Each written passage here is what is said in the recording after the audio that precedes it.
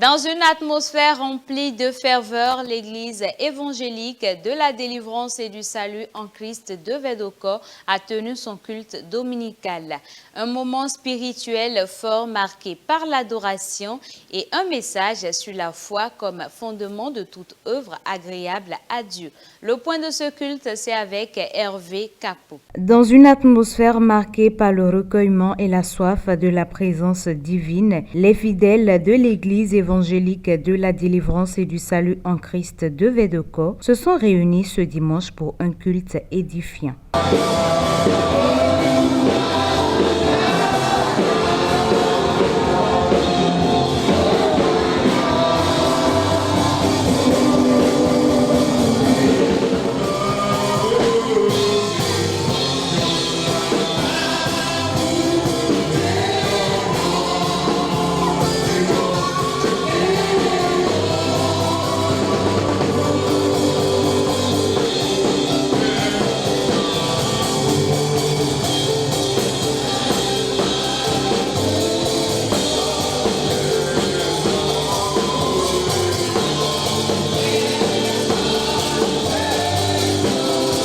L'adoration profonde et sincère a permis à l'Assemblée de s'élever en esprit et de s'ouvrir pleinement à l'action du Saint-Esprit. Tu peux lui dire du fond de ton cœur et avec foi, quel Dieu puissant je sais. Oh Dieu, un Dieu si grand, un Dieu si puissant, un Dieu si glorieux.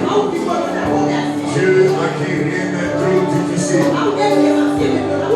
Dieu qui m'a tant aidé. Dieu qui a fait de moi une femme, un homme plus que vainqueur.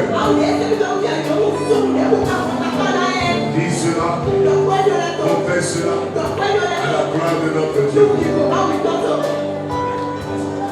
Ce moment a ouvert la voie à une communion profonde et a laissé place à la prédication. Dans son message, le révérend pasteur Nazaire Mpadodi a abordé ce qu'il faut faire pour accomplir les œuvres de Dieu. Il a également montré que la première œuvre attendue de tout croyant est la foi en Jésus-Christ. L'évangile selon Jean, le chapitre 6, le verset 28, il lui dit: que devons-nous faire pour faire les œuvres de Dieu?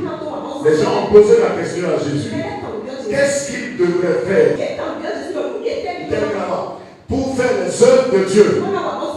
Et Jésus a dit, une réponse bizarre: l'œuvre de Dieu est que vous croyez en celui que le Père a envoyé.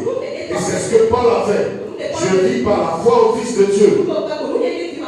Ce n'est pas toi, j'ai reçu Jésus, j'ai confessé Jésus et on s'assied à l'église, on va, on vient, on s'est crié alléluia, on s'est dansé, on s'est sauté, on s'est... Ce n'est pas danser, c'est bon, sauter, c'est bon, pour Jésus, c'est bon, crier pour Jésus, c'est bon, chanter, c'est bon. Je ne suis pas contre ces choses. Mais ce que je veux dire, la foi en Dieu, ce n'est pas ça encore. La foi en Dieu, c'est de savoir que si on vit réellement, Christ est en vous. Et ce n'est pas de dire seulement, mais vous prouvez. Les œuvres que tu as préparées d'avance, dont Paul a parlé, afin que nous les mettions en pratique. Ces œuvres-là, les gens ont demandé qu'est-ce qu'ils doivent faire pour faire les œuvres de Dieu. Nous avons lu tout à l'heure, non? Les œuvres que Dieu a préparées d'avance, afin que nous les mettions en pratique. Quelles sont ces œuvres? Il a dit, en mon nom, nous chasserons les démons, parlerons de nouvelles langues, saisiront le serpent, ils auront le pouvoir sur le venin du serpent. Si quoi quelqu'un va montrer qu'il leur ferait peu de mal, pourquoi quelqu'un peut avoir la capacité de te tuer? Pourquoi? Le monde entier, Dieu t'a enlevé dehors. C'est pourquoi tu as un statut particulier. Tu es immunisé.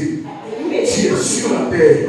Mais les choses qui arrivent aux autres ne t'arriveront pas. 1000 tomberont à ta gauche, 10 000 à ta droite.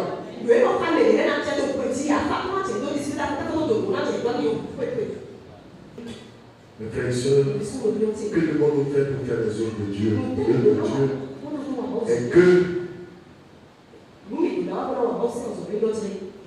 nous croyons au Fils de Dieu. La foi au Fils de Dieu, c'est la foi en Jésus-Christ lui-même. Et il faut emmagasiner sa parole en soi et savoir connaître cette parole, avoir la foi en lui et faire face à toutes sortes de situations en son nom. Savoir résister, ce n'est pas savoir fuir. Les chrétiens de notre temps, ils apprennent, ils vont à l'école de la fuite.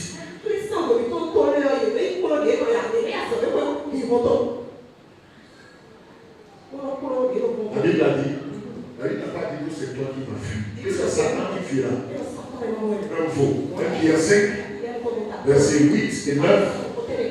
Soyez sorbés, car votre adversaire, le diable, rôde comme un lion rugissant, cherchant qui il dévorera. Et le verset 9 dit, résistez-lui. On n'a pas dit fuir, mais tu résistes avec une foi ferme. Quand ta foi est ferme, lui, il fera quelque chose. Donc on nous a parlé dans Jacques chapitre 4. Parce que la même chose a été dite par Jacques. Dans Jacques 4, le verset 7 dit, soumettez-vous donc à Dieu, résistez au diable, comme Pierre a dit, 1 Pierre 5, 9 dit, résistez-lui avec une foi ferme. Quand on résiste, il va faire quoi? Qu'est-ce qu'il fera? Qu'est-ce que vous lisez? Tout ça. Il fuira. Ce culte a non seulement été un temps de louange, mais aussi un moment d'enseignement fort, recentrant les croyants sur l'essentiel.